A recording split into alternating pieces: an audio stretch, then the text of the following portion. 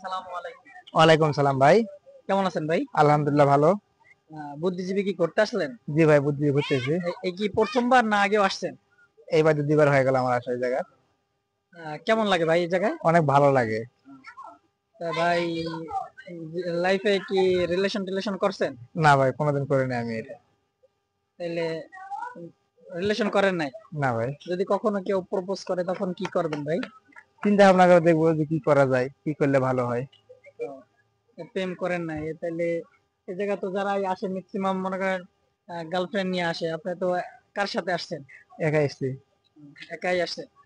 কেমন লাগে ভাই এই জায়গা? খুব ভালো লাগে। আসছেন কখন? 1 ঘন্টা হয়ে গেল আমার আসা।